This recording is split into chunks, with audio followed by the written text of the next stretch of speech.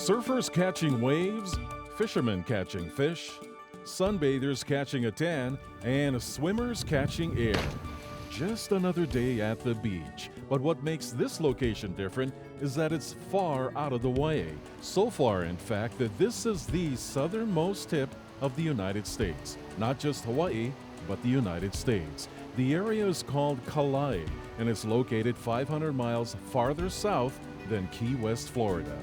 How do you get here? Well, start at Kailua Kona and take the one and only highway we have, south. Wrap around Miloli'i through Hawaiian Ocean View Estates until 65 miles later, you reach South Point. Look for this sign and travel another 12 miles down this road. A small, bumpy, but drivable one-lane road. A short way down is the Pacini Nui Wind Farm project, consisting of 14 wind turbines. These wind generators supply up to 20 megawatts of power to the island's electric grid.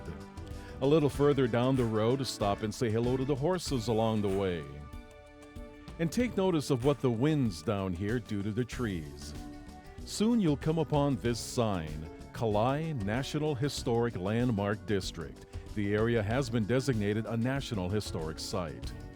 The fork in the road takes you to different parts of the coastline. Straight ahead takes you to Green Sand Beach. While interesting to look at, the drive is difficult and a rocky, steep hike is required. The green sand is formed by the gemstone olivine, brought to the surface from deep below by volcanic action. The Hawaiians considered green sand to be the tears of the goddess Pele and used the sand in healing ceremonies. But back at the fork, a right turn takes you to the official southernmost landmark, this Coast Guard navigation beacon found on the edge of the water.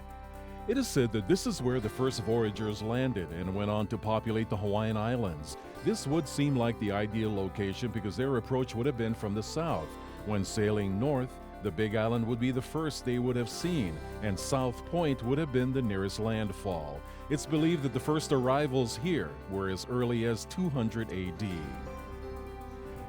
Today, the coastline serves as a recreational stop for many visitors. Fishermen cast their lines off of these cliffs 40 feet above water. Too high, in fact, to get any distance, so they tie their lines onto large plastic bags and let the wind take their fishing lines out to sea. These guys here are doing it the more conventional way, snorkeling and diving for fish. Old wooden hoists, once used to lower and raise smaller fishing boats, are perched on the edge of the cliff. Though there were none today, larger fishing boats tie up to these cliffs, and this ladder helps them get back to the top. From this vantage point, the water looks inviting. Visibility seems endless. But before you jump in, talk to the local residents and find out about the water's currents. Legend says that the area is named after a chief who was swept out to sea while swimming in these waters.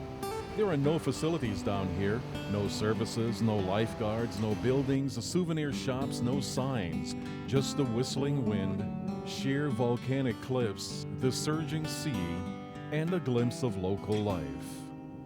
It's not the island's most dramatic sight, and maybe that's what lures you in. It's a place to be quiet and listen to the ocean. It's nothing but sea, sun, and that feeling of being at a place where you can go no farther.